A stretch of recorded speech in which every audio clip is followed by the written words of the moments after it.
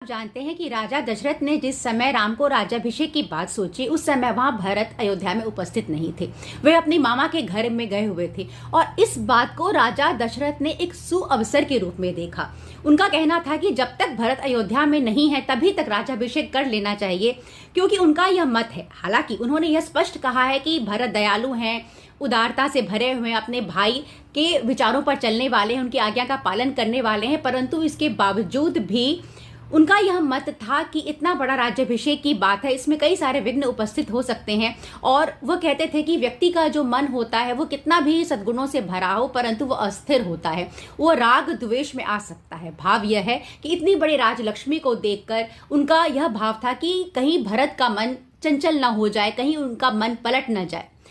अपने इस पिता के इस इम्प्रेशन को, जो कि भरत के पिता का इम्प्रेशन था भरत के लिए, उसको भरत जी ने कैसे बदला और कितनी खूबसूरती के साथ वो अपने चरित्र को लेके आए।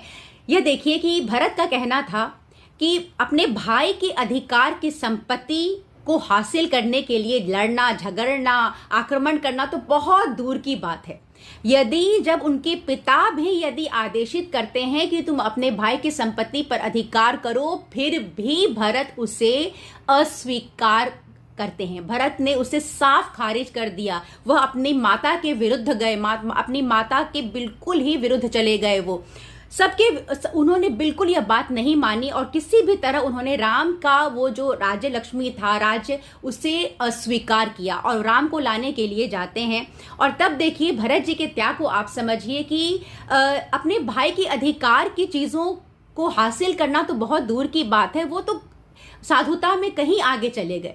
उन्होंने जब राम नहीं आए तो उनकी चरण पादुका को लेकर भरत आते हैं और कहते हैं कि मैं आपके राज्य की सेवा करूंगा, सुरक्षा करूंगा, संरक्षण करूंगा, मैं अपना कर्म करूंगा, परंतु जहां भोग की बात आती है तो मैं आपकी उस चीज को का एक अंश भी मैं भोग नहीं करूंगा।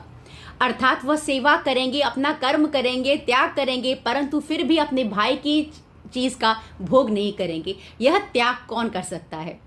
भरत को आप कह सकते हैं एक साधु पुरुष थे। उनका चरित्र इतना उत्तम था और इसे कहते हैं राम राज्य, जहां हर व्यक्ति के अंदर राम छुपा हुआ है। आज हम अपने आप को देखें कि हम और आप कहाँ खड़े हैं, कहाँ हमारा सोच क्या है, हमारा सोच का स्तर क्या है।